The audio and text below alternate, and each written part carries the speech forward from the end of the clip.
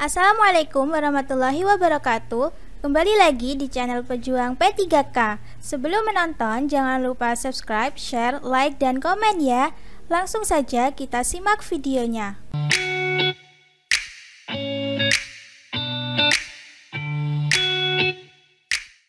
1. Aturan pengkodean dengan metode Sondex yang tidak benar di bawah ini adalah: A. Huruf pertama dari nama pasien tetap digunakan. B. Huruf vokal dari nama pasien A, I, U, E, O dan konsonan W, H, Y dibuang atau tidak dikode. C. Kode Sondex selalu terdiri dari satu huruf atau huruf pertama nama pasien diikuti tanda petik 2 kemudian diikuti 3 digit angka hasil kode sisa konsonan nama pasien. D. Berkas rekam medis dijajarkan secara urut menurut urutan nomor rekam medisnya. E. Jika nama pasien panjang, maka hanya diambil 3 digit pertama yang dihasilkan, sisanya tidak digunakan. Jawabannya adalah D. Berkas rekam medis dijajarkan secara urut menurut urutan nomor rekam medisnya. Pembahasan. Metode ini merupakan pengembangan dari metode fonetik. Dalam metode ini, huruf dari nama pasien yang bunyinya sama diberi kode angka yang sama. Aturan pengkodean dengan metode Sondex yaitu: A. Huruf pertama dari nama pasien tetap digunakan. B. Huruf vokal dari nama pasien A, I, U, E, O dan konsonan W, H, Y dibuang atau tidak dikode. C. Sisa huruf dari nama pasien dikode menjadi 3 digit kode mengikuti aturan kesamaan bunyi seperti dalam tabel berikut ini.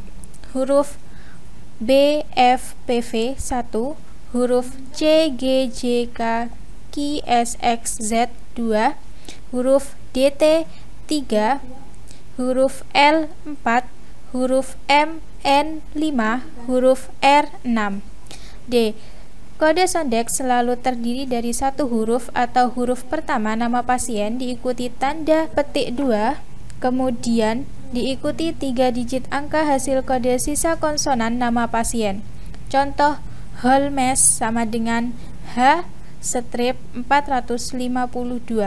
E. Jika nama pasien panjang, maka hanya diambil 3 digit pertama yang dihasilkan, sisanya tidak digunakan. Contoh: Von der Leher sama dengan V-536. F. Jika nama pasien pendek, tidak cukup membentuk 3 digit kode, maka dilengkapi dengan menambahkan angka 0 hingga mencapai 3 digit kode. Contoh: Shaw sama dengan S-000. G. Konsonan ganda dihitung sebagai konsonan. Contoh: Bal sama dengan B-400. H. Demikian pula konsonan berurutan yang berasal dari satu grup dihitung sebagai satu konsonan. Contoh: Jackson sama dengan J-250. I. Konsonan yang langsung setelah huruf pertama nama dan berada dalam satu grup kode juga tidak dikode. Contoh: Scanlon sama dengan S-545. J. Singkatan harus ditulis lengkap terlebih dahulu sebelum dikode. Contoh: St. John sama dengan Saint John sama dengan S-532. K. Tanda hubung diabaikan. Contoh: King Smith sama dengan King Smith sama dengan K-525. L. Jika terdapat satu konsonan dalam satu huruf dipisahkan oleh W atau H, maka dihitung sebagai satu konsonan.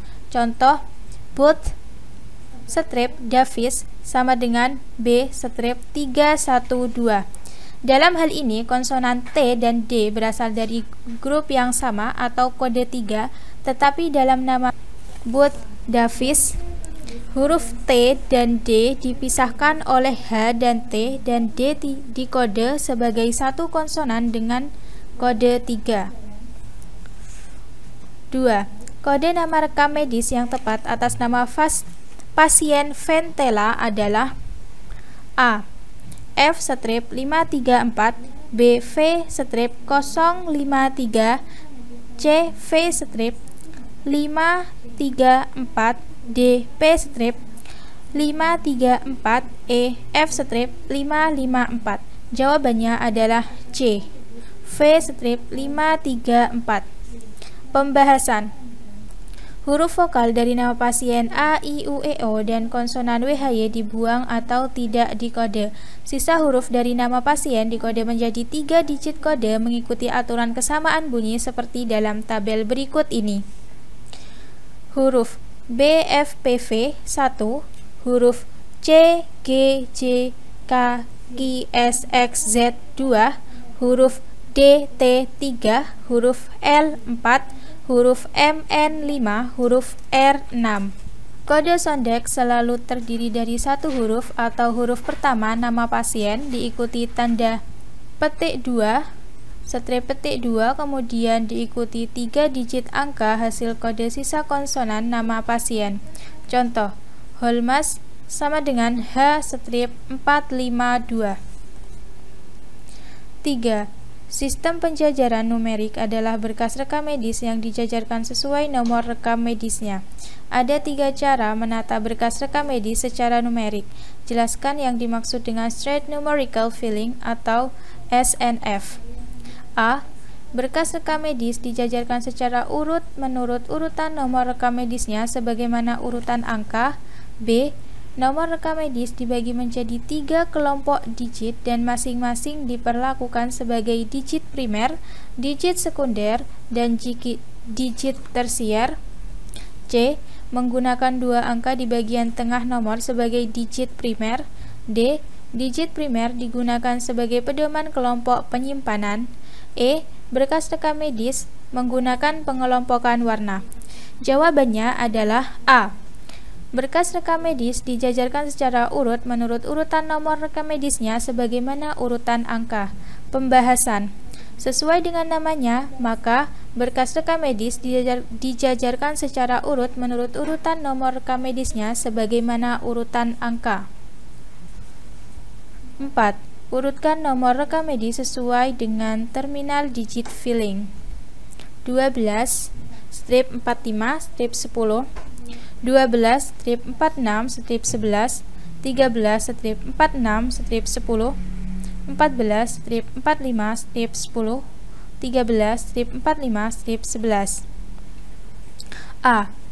11, strip 45, strip 13, 11, strip 46, strip 12, 10, strip 46, strip 13, 10, strip 45, strip 14, dan 10, strip 45, strip 12. B. 10, strip 46, strip 13, 10, strip 45, strip 14, 10, strip 45, strip 12, 11, strip 45, strip 13, dan 11, strip 46, strip 12. C. 11, strip 45, strip 13, 10, strip 45, strip 14, 10, strip 46, strip 13, 11, strip 46, strip 12, dan 10, strip 45, strip 12. D. 12, strip 45, strip 10, 14, strip 45, strip 10, 13, strip 46, strip 10, 13, strip 45, strip 11, dan 12, strip 46, strip 11. E. 12, strip 45, strip 10, 13, strip 45, strip 11, 14, strip 45, strip 10, 13, strip 46, strip 10, dan 12, strip 46, strip 11. Jawabannya adalah D. 12, strip 45, strip 10, 14, strip 45, strip 10, 13, strip 46, strip 10, 13, strip 45, strip 11, dan 12, strip 46, strip 11. Pembahasan. Dalam metode TDF, nomor rekam medis dibagi menjadi 3 kelompok digit dan masing-masing diperlakukan sebagai digit primer, digit sekunder, dan digit tersier. Digit primer digunakan sebagai pedoman kelompok penyimpanan, kemudian diikuti digit sekunder lalu digit tersiernya. Misal, 12, strip 45, strip 10, terbagi menjadi 10 atau digit primer, 45 atau digit sekunder, dan 12 atau digit tersier. 5. Yang tidak termasuk dalam permasalahan dalam penjajaran berkas rekam medis adalah A. Penataan lembar lepas atau loose sheet, B. Berkas rekam medis yang sangat tebal, C. Ruangan khusus yang bersih dan terawat, D. Berkas dengan penandaan khusus atau special flagging, E. Tinta yang dipakai mudah luntur. Jawabannya adalah C. Ruangan khusus yang bersih dan terawat. Pembahasan. Yang bukan termasuk permasalahan dalam penjajaran berkas rekam medis adalah ruangan khusus yang bersih dan terawat, karena ruangan khusus dan terawat merupakan kriteria untuk membuat ruang filling. 6. Psikotropika memiliki efek yang berbeda-beda terhadap penggunanya tergantung dari dosis yang digunakan. Psikotropika dalam dosis rendah dalam kegiatan medis berfungsi sebagai A. Stimulan atau anti nyeri, B. Halusinogen, C. Efek kecanduan, D. Antidepresi, E. Efek fly. Jawabannya adalah A. Stimulan atau anti nyeri. Pembahasan. Berdasarkan efek yang ditimbulkan psikotropika memiliki efek yang berbeda-beda sebagai stimulan atau anti nyeri, atau mempercepat kerja otak, depresan atau memperlambat kerja otak, dan halusinogen atau good mood and bad mood. 7. Apa yang dimaksud dengan berkas medis inaktif? A. Berkas yang telah disimpan minimal selama 4 tahun di unit kerja rekam medis dihitung sejak tanggal terakhir pasien tersebut dilayani pada sarana pelayanan kesehatan atau 4 tahun setelah pasien meninggal. B. Berkas yang telah disimpan minimal selama 5 tahun di unit kerja rekam medis dihitung sejak tanggal terakhir pasien tersebut dilayani pada sarana pelayanan kesehatan atau 5 tahun setelah pasien meninggal. C. Berkas yang telah disimpan minimal selama 6 tahun di unit kerja rekam medis dihitung sejak tanggal terakhir pasien tersebut dilayani pada sarana pelayanan kesehatan atau 6 tahun setelah pasien meninggal. D. Berkas yang telah disimpan minimal selama 3 tahun di unit kerja rekam medis dihitung sejak tanggal terakhir pasien tersebut dilayani pada sarana pelayanan kesehatan atau 3 tahun setelah pasien meninggal. E. Berkas yang telah disimpan selama 2,5 tahun di unit kerja rekam medis dihitung sejak pasien keluar dari sarana pelayanan kesehatan. Jawabannya adalah B. Berkas yang telah disimpan minimal selama 5 tahun di unit kerja rekam medis dihitung sejak tanggal terakhir pasien tersebut dilayani pada sarana pelayanan kesehatan atau 5 tahun setelah pasien meninggal. Pembahasan. Surat Edaran Yanmed nomor HK.00.06.1.5.1010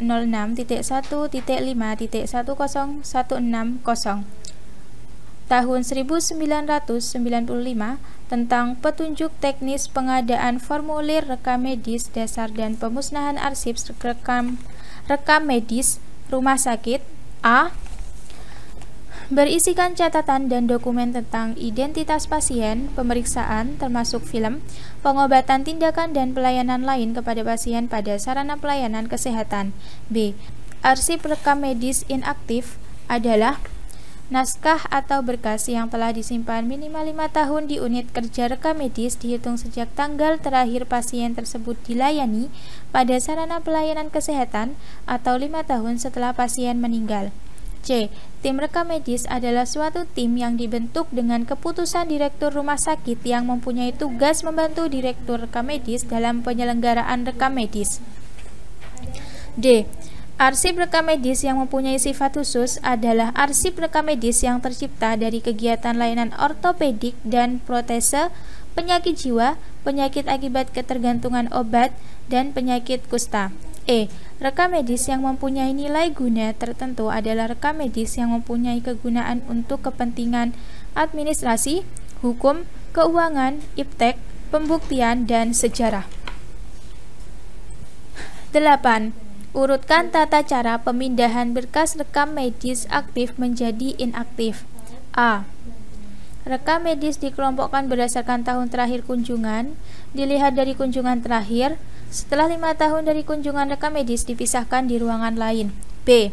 Setelah 5 tahun dari kunjungan rekam medis dipisahkan di ruangan lain, berkas rekam medis dikelompokkan berdasarkan tahun terakhir kunjungan, dilihat dari kunjungan terakhir. C. Berkas double pada tahun yang sama, dilihat dari tanggal kunjungan terakhir, rekam medis dikelompokkan berdasarkan tahun terakhir kunjungan. D. Dilihat dari tanggal kunjungan terakhir, setelah 5 tahun dari kunjungan rekam medis dipisahkan di ruangan lain, rekam medis dikelompokkan berdasarkan tahun terakhir kunjungan. E. Dilihat dari tanggal kunjungan awal, rekam medis dikelompokkan berdasarkan tahun pertama kunjungan. Jawabannya adalah D. Dilihat dari tanggal kunjungan terakhir, setelah 5 tahun dari kunjungan rekam medis dipisahkan di ruangan lain, rekam medis dikelompokkan berdasarkan tahun terakhir kunjungan. Pembahasan tata cara pemindahan berkas rekam medis aktif menjadi inaktif. Pemindahan yang dimaksud adalah kegiatan memindahkan arsip aktif ke inaktif yang terdapat di penyimpanan berkas rekam medis. Berikut ini tata cara pemindahannya. A. Dilihat dari tanggal kunjungan terakhir. B. Setelah 5 tahun dari kunjungan rekam medis dipisahkan di ruangan lain. C. Rekam medis dikelompokkan berdasarkan tahun terakhir kunjungan. 9. Retensi berkas rekam medis biasa dilakukan setiap 5 tahun sekali. Berkas rekam medis yang bisa diretensi adalah A. Berkas inaktif lebih dari 5 tahun. B. Berkas rekam medis yang belum sampai 5 tahun. C. Berkas rekam medis pasien aktif yang lebih dari 5 tahun. D. Berkas rekam medis pasien rawat jalan yang belum lebih dari 1 tahun. E. Berkas rekam medis pasien UGD yang kunjungan terakhirnya 1 tahun yang lalu. Jawabannya adalah A. Berkas inaktif lebih dari 5 tahun. Pembahasan tata cara berkas rekam medis aktif menjadi inaktif. Pembahasan tata cara pemindahan berkas rekam medis aktif menjadi inaktif. Pemindahan yang dimaksud adalah kegiatan memindahkan arsip aktif ke inaktif yang terdapat di penyimpanan berkas rekam medis. Berikut ini tata cara pemindahannya. A. Dilihat dari tanggal kunjungan terakhir. B. Setelah 5 tahun dari kunjungan rekam medis dipisahkan di ruangan lain. C. Rekam medis dikelompokkan berdasarkan tahun terakhir kunjungan. 10. Siapa yang tidak boleh melengkapi berkas rekam medis yang masih belum ditandatangani? A. Dokter yang memeriksa. B. Perawat. C. Dokter spesialis. D. Petugas TPPRJ. E. Petugas administrasi.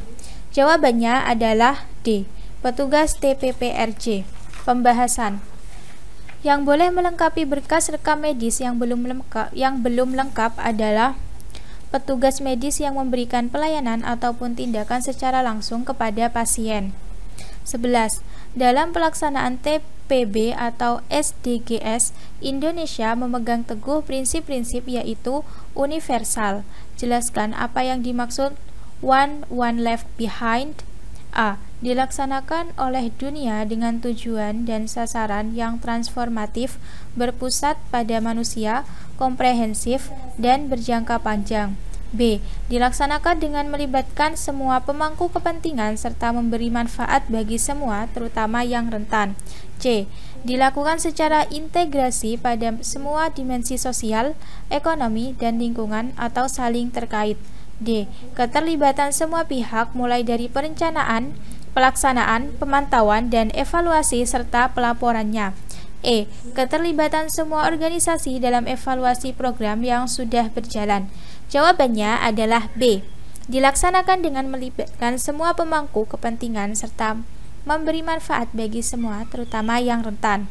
Pembahasan Indonesia memegang teguh prinsip-prinsip TPB atau SDGs yaitu A.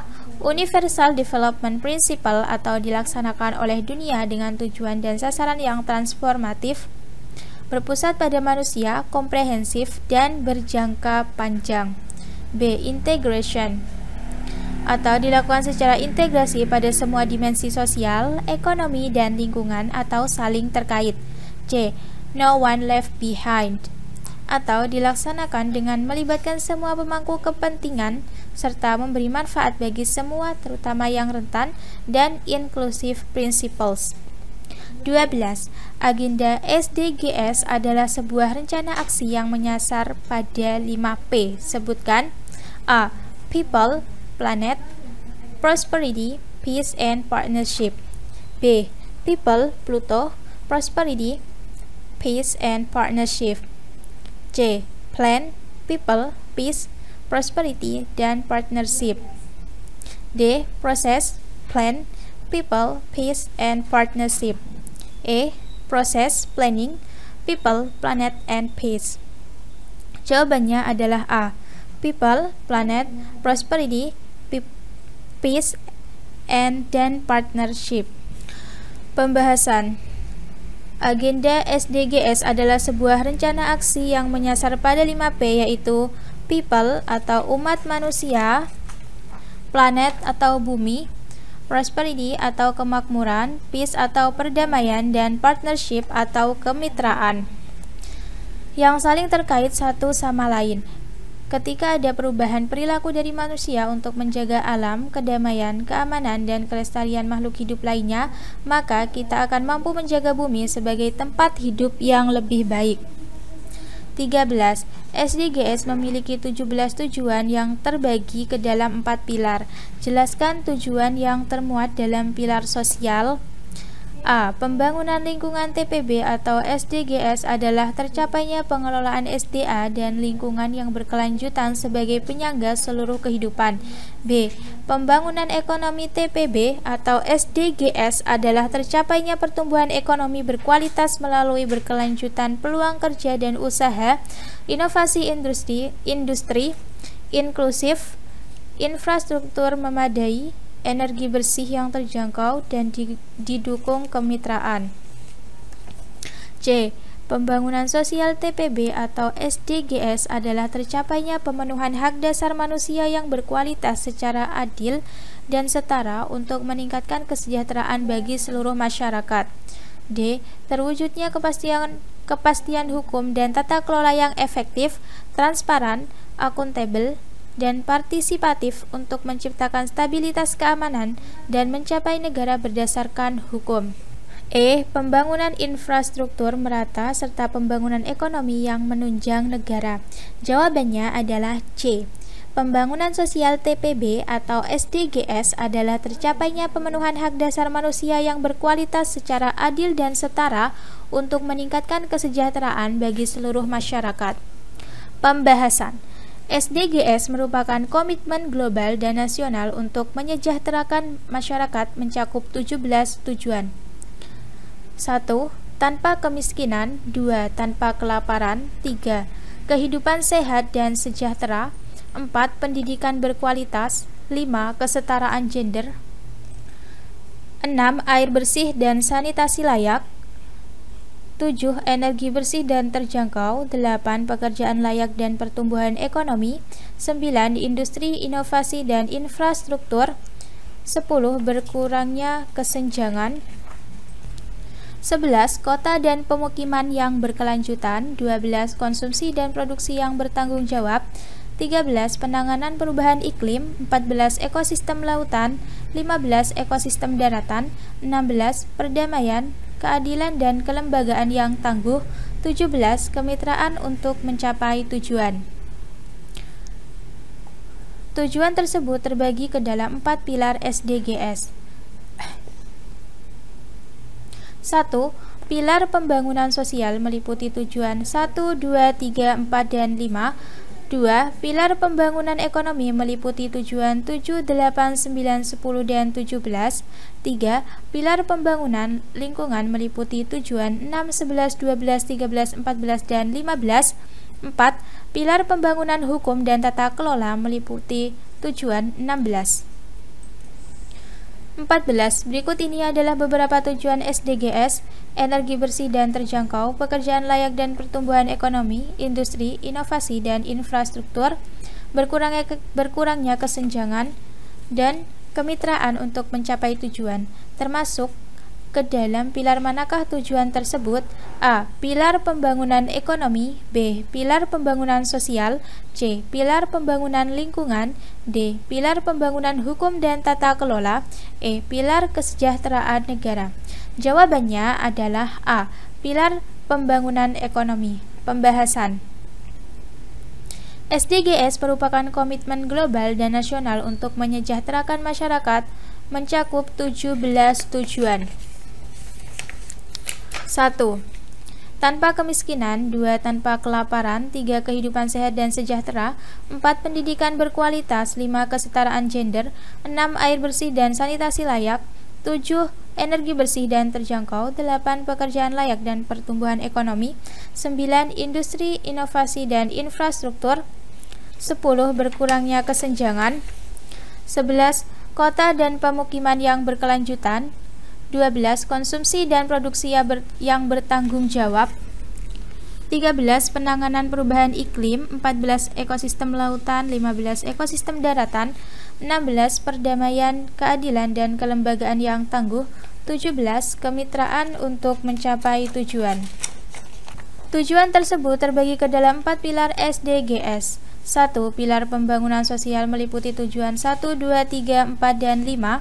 2. Pilar pembangunan ekonomi meliputi tujuan 7, 8, 9, 10, dan 17. 4. Pilar 3. Pilar pembangunan lingkungan meliputi tujuan 6, 11, 12, 13, 14, dan 15. 4. Pilar pembangunan hukum dan tata kelola meliputi tujuan 16. 15. Langkah-langkah cuci tangan di bawah ini dengan benar.